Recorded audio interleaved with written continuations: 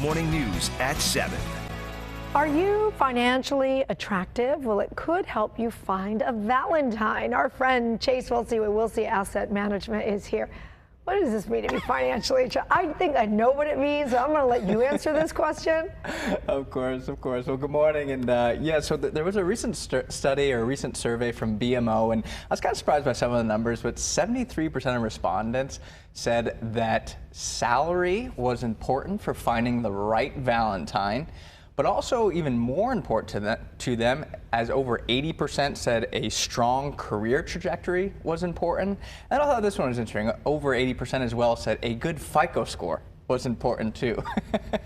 Is that what people do? You go out to your first date and you say, what is your FICO score? I doubt it. I doubt that's the case. I think the way the survey was framed wasn't necessarily a Valentine's Day date. It was your partner in the long-term relationship.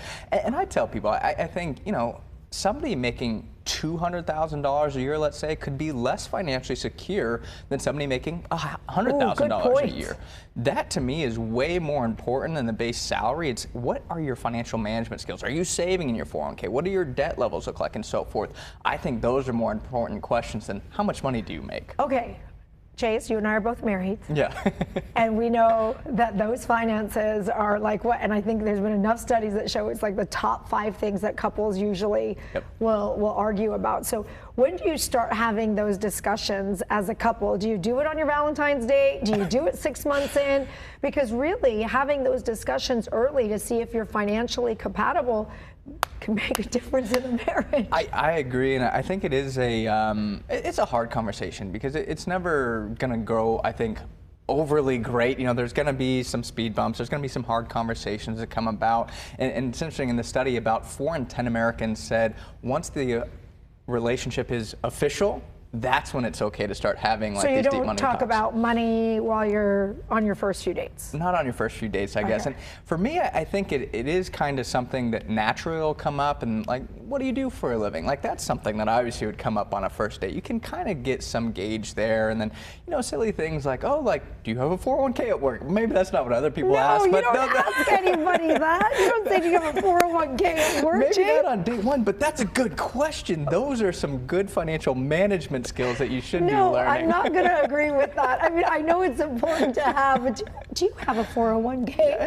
How awkward is that? I'm not saying on date one. I'm saying any date. I mean, maybe when you get further into it. Yeah. But I get your point because it could prevent money problems down the future, right? How somebody looks at money, how they spend their money. Yeah, and you could almost kind of go about it from the angle of like, are you saving? Kind of looking for advice. Like, I'm trying to understand money better, and it's more of a conversation rather than an area of like demeaning somebody for maybe not having the right skills. It's kind of like trying to have an open conversation about learning more about money and having a good conversation. And you can learn a lot by just watching someone, right? Oh, absolutely. How they spend, what they spend on, how they save.